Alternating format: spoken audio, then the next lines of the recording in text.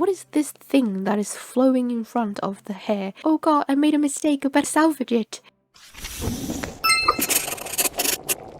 Hello and welcome back to another drawing video of Angry Vert. We are starting again as after a month, an entire month of hiatus of me just focusing on drawing and work. Last week I uploaded a new video on why video game can be considered good for our mental health, so if you're interested you can go take a look.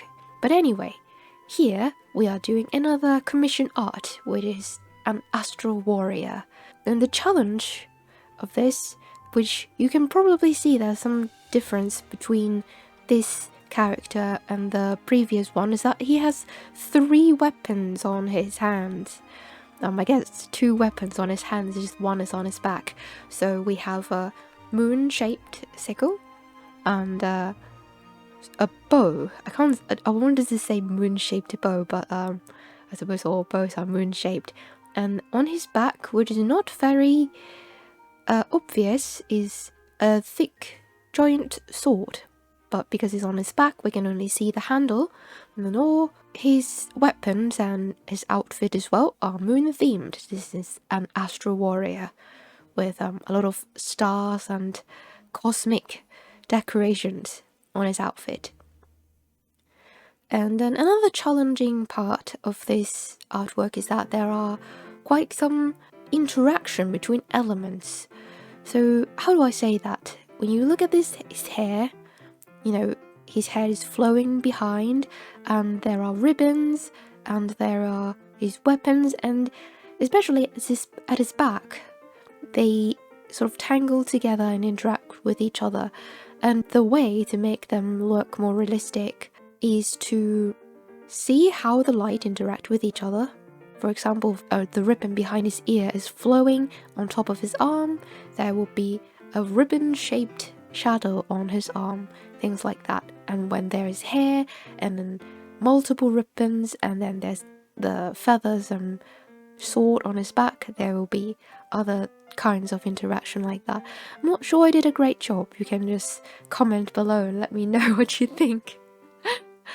I would think this is not the most challenging artwork in general, but it definitely has a relatively more element than I usually do. So there you go. And one thing I learned during this experience is don't underestimate the sketching phase, because especially if there are a lot of elements, my bad habit is that I would just sketch a very rough draft and then just let my coloring phase do its work. So I thought that, well, I'm going to color this area after all, why should I spend so much time do the line work of the sword and the hair if I'm going to just paint over the lines? Well, it turns out it's gonna save me a lot of time, so it's line work. And I've seen a lot of artists who also do a lineless artwork, and they also start with clean lines after the draft.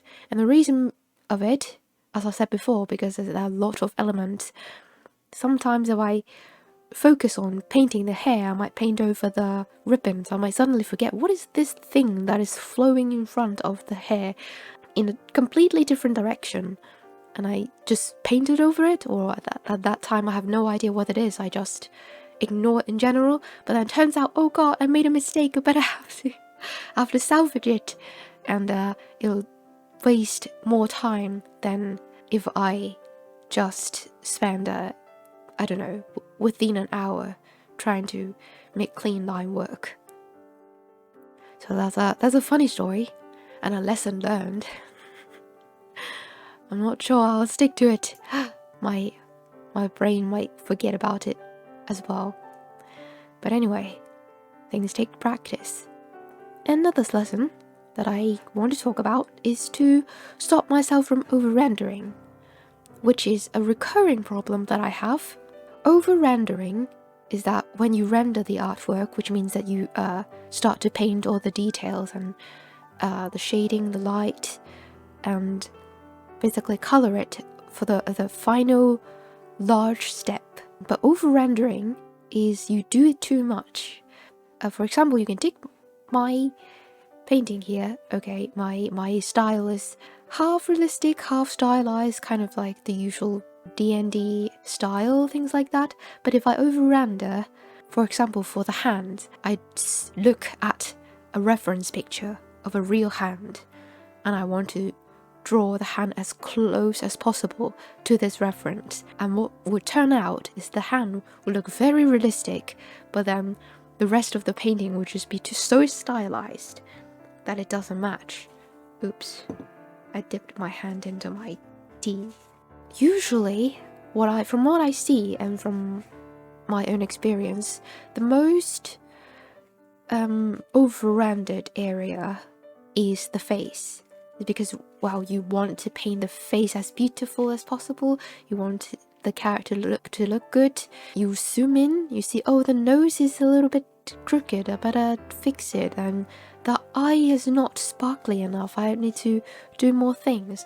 And then you do all these things, render everything, make it look very beautiful, and then you zoom out, and either you can't see the details anymore, or it looks so off compared to the rest of the artwork. Another reason that I have that problem is that I stare at the screen for too long. So these artwork usually take about 8 to 10 hours.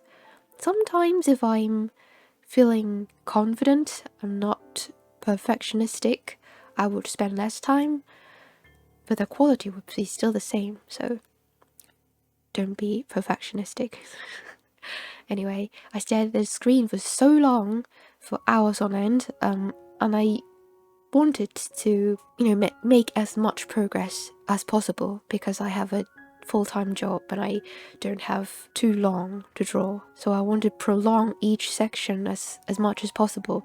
But staring at a screen for too long makes me not able to see what is considered improved anymore.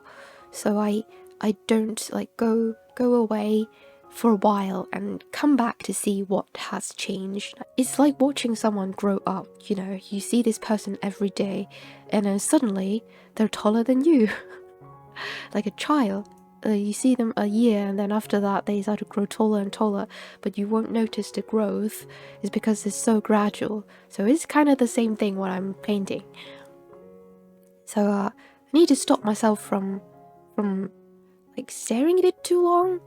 For example, I've take breaks in the middle so that I can come back and look at it from the back of the room and see what is the most important thing that should be improved instead of focusing on one unimportant area. So another thing is that you can see on the corner is that I'm talking to a chat.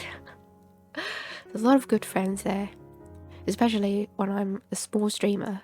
You can talk to people, really engage in conversation.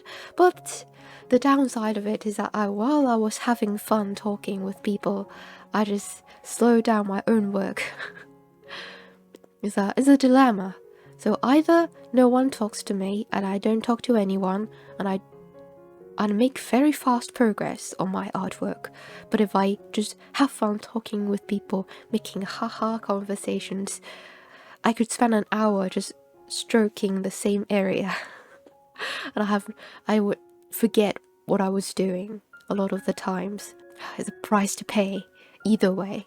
But other than chatting, there are a lot of different things that you can do to take your minds off boredom, so to speak. For example, a lot of people would listen to music in podcast.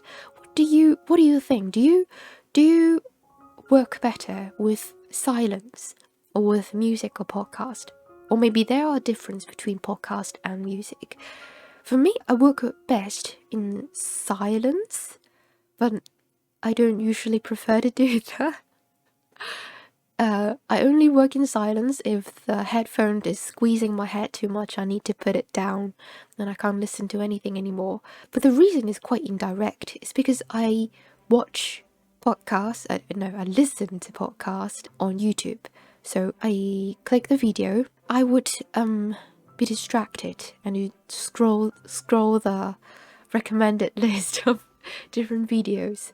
One way to stop it is to pick hour-long podcast or hours-long music. I watched Trash Day's podcast. I could have just pulled up Spotify, but no, I chose to pull up the video. And whenever the video is switched, the YouTube ads pop up and it's very annoying. Anyway, speaking of chatting with Stream Chat, I stream on Twitch 3 times a week, so if you're interested, go follow me there. The link is in the description. Anyway, this is the finished artwork. Thank you so much for watching and listening to my rambles, and I'll see you next time. Goodbye.